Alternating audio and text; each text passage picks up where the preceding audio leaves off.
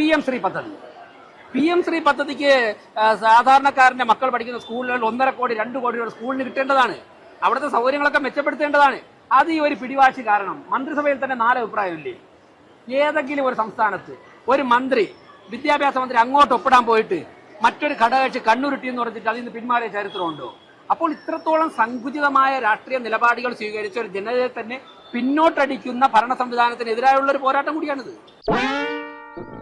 പ്രകാരം 4 ലക്ഷം രൂപയാണ് സ്ഥലമുള്ള ഒരു വ്യക്തിക്ക് പരമാവധി ലഭിക്കുക. പക്ഷേ നഗരസഭയുടെ ബഡ്ജറ്റിൽ ഉണ്ടായിരുന്നത് തിരുവനന്തപുരം നഗരസഭയിൽ ഈ പദ്ധതിയിലുള്ള എല്ലാവർക്കും പൂർണ്ണമായും വീട് വച്ചു നൽകാനുള്ള തുക നഗരസഭ അനുവദിക്കുമെന്നാണ്. 4 ലക്ഷം രൂപയ്ക്ക് എന്തായാലും ഒരു വീട് പണി കഴിയില്ല. അപ്പോൾ വാഗ്ദാനം പൊള്ളയാണ്.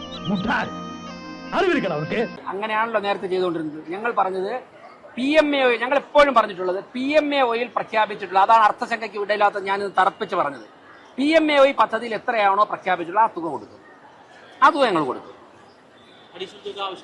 അല്ല, ഞാൻ പറയാം, ഒരു വീട് വയ്ക്കുന്നത് എങ്ങനെയെന്ന് ആ വീട് വയ്ക്കുന്നവരാണ് തീരുമാനിക്കുന്നത്. എൻ്റെ കയ്യിൽ ഞാനൊരു വീട് വയ്ക്കുമ്പോൾ എൻ്റെ കയ്യിൽ എത്ര തുകയുണ്ട്, എനിക്ക് എത്രത്തോളം സമാഹരിക്കാൻ സാധിക്കും, അപ്പോൾ അത് അവരവരാണ് തീരുമാനിക്കേണ്ടത്. 4 ലക്ഷം രൂപയ്ക്ക് വീട് വയ്ക്കുന്നവരുണ്ട്, അതിൽ കുറവ് വീട് വയ്ക്കുന്നവരുണ്ട്, അതിനേക്കാൾ കൂടുതൽ വീട് വയ്ക്കുന്നവരുണ്ട്.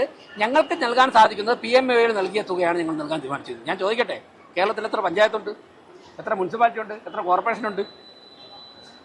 ഞങ്ങളല്ലേ നൽകുന്നത്. അതിനെ നിങ്ങളൊക്കെ പിന്തുണയ്ക്കുകയല്ലേ ചെയ്യേണ്ടത്? അതാണ് ഞാൻ പറഞ്ഞത്. എല്ലാ കാര്യം ഇപ്പോൾ പറഞ്ഞാലോ സസ്പെൻസ് വേണ്ടി വരട്ടെ, കൗൺസിലൊക്കെ ഉണ്ടല്ലോ, ഞങ്ങൾ ചർച്ച ചെയ്യട്ടെ. എന്തായാലും ആ ലോക സ്ത്രീ ശാക്തീകരണത്തിന്റെ ലോകയാണ്.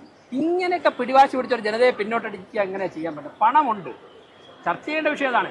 സംസ്ഥാന സർക്കാരിൻ്റെയും കേന്ദ്ര സർക്കാരിൻ്റെയും പഞ്ചായത്തുകളുടെയും പൈസ ഉണ്ട്, ജനങ്ങളുടെ വസ്തുവുണ്ട്, അവർക്ക് വീട് ആവശ്യമുണ്ട്.